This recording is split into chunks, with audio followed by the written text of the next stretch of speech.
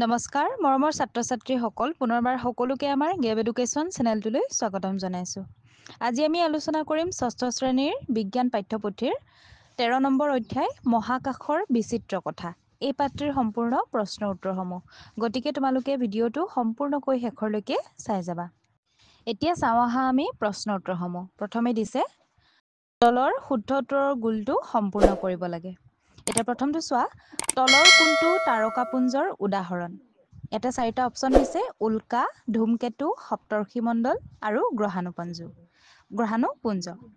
ইয়াৰে উল্কা, ধূমকেতু আৰু গ্ৰহাণুপুঞ্জ নহয়, গতিকে ইয়াৰ শুদ্ধ উত্তৰটো হ'ব অপচন চি, সপ্তৰ্ষিমণ্ডল। তোমালোকে অপচন চি বৃত্তটো পূৰ কৰিবা। এতিয়া 2 নম্বৰটো চোৱা, তলৰ কোনটো আমাৰ সৌৰজগতৰ সদস্য নহয়? ইয়াতে 4টা অপচন দিছে, উপগ্ৰহ, তাৰকাপুঞ্জ, ধূমকেতু আৰু গ্ৰহাণুপুঞ্জ। ইয়াৰে শুদ্ধ উত্তৰটো হ'ব অপচন বি, তাৰকাপুঞ্জ। তাৰকাপুঞ্জ আমাৰ সৌৰজগতৰ সদস্য নহয়। অপচন বিটো তোমালোকে বৃত্তটো পূৰ কৰিবা। এতিয়া 3 নম্বৰ প্ৰশ্নটো চোৱা, তলৰ কোনটো আমাৰ সৌৰজগতৰ সদস্য? ইয়াতে 4টা অপচন দিছে, তাৰে শুদ্ধ উত্তৰটো হ'ব অপচন ডি, গ্ৰহাণুপুঞ্জ। তোমালোকে অপচন ডিৰ বৃত্তটো পূৰ কৰিবা। এতিয়া 4 নম্বৰটো চোৱা, তলৰ কোনটো সূৰ্যৰ গ্ৰহ নহয়? ইয়াৰ শুদ্ধ উত্তৰটো হ'ব অপচন বি, প্লুটো। প্লুটো সূৰ্যৰ গ্ৰহ নহয়, গতিকে অপচন বিৰ বৃত্তটো পূৰ কৰিবা। এতিয়া চাওঁ আহা 5 নম্বৰটো, তলৰ কোনটো পৃথিৱীৰ পৰা দ্বিতীয় স্থানত থকা তৰা বা নক্ষত্ৰ? এতিয়া ইয়াৰ শুদ্ধ উত্তৰটো হ'ব অপচন চি, প্ৰক্সিমা চেণ্টাউৰি। ইয়াত তোমালোকে অপচন চি বৃত্তটো পূৰ কৰিবা। এতিয়া চাওঁ আহা আমি 6 নম্বৰ প্ৰশ্নটো। ইয়াত দিছে, এক স্তম্ভৰ পদসমূহৰ সৈতে 2 নম্বৰ স্তম্ভৰ পদৰ সম্পৰ্ক স্থাপন কৰা। এইকেইটা মিলাব লাগে। প্ৰথমতে দিছে ৰঙা গ্ৰহ। ৰঙা গ্ৰহ হৈছে মংগল। মংগলক কি বুলি কোৱা হয়? ৰঙা গ্ৰহ বুলি কোৱা হয়। তাৰপিছতো দিছে আঙুঠি থকা গ্ৰহ। আঙুঠি থকা গ্ৰহ বুলি কোনটো কোৱা হয়? শনি। এইটো হ'ব শনি, আঙুঠি থকা গ্ৰহ বুলি কোৱা হয়। তাৰপিছতো দিছে তাৰকাপুঞ্জ। তাৰকাপুঞ্জ হৈছে কালপুৰুষ। কালপুৰুষ বুলি কোৱা হয়।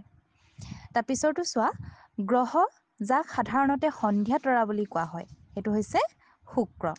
এইকেইটা কথা তোমালোকে মনত ৰাখিবা, কাৰণ তোমালোকৰ এনেকৈ শ্বৰ্ট কুৱেশ্যনো আহিব পাৰে যে আঙুঠি থকা গ্ৰহ কোনটো, এনেধৰণেও আহিব পাৰে। ঠিক তেনেকৈ তোমালোকে এইসমূহ মনত ৰাখিবা।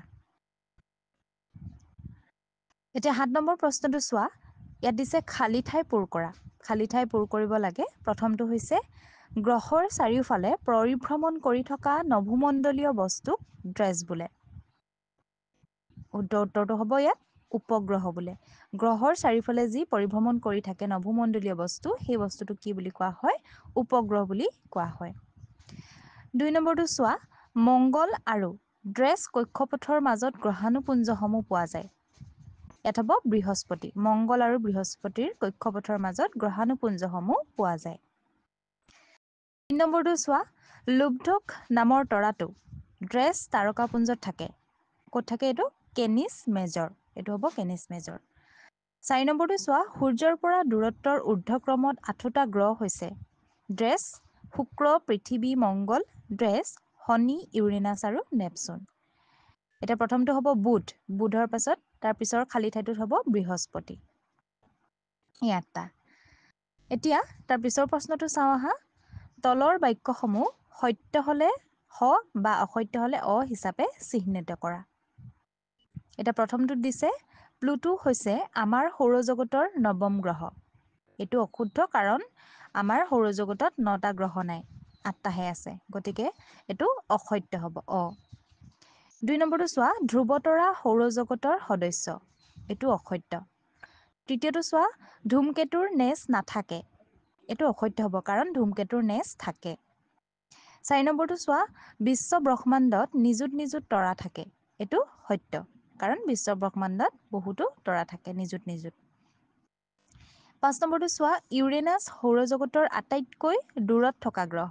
এইটো অশুদ্ধ, গতিকে এইটো অসত্য বুলি লিখিবা।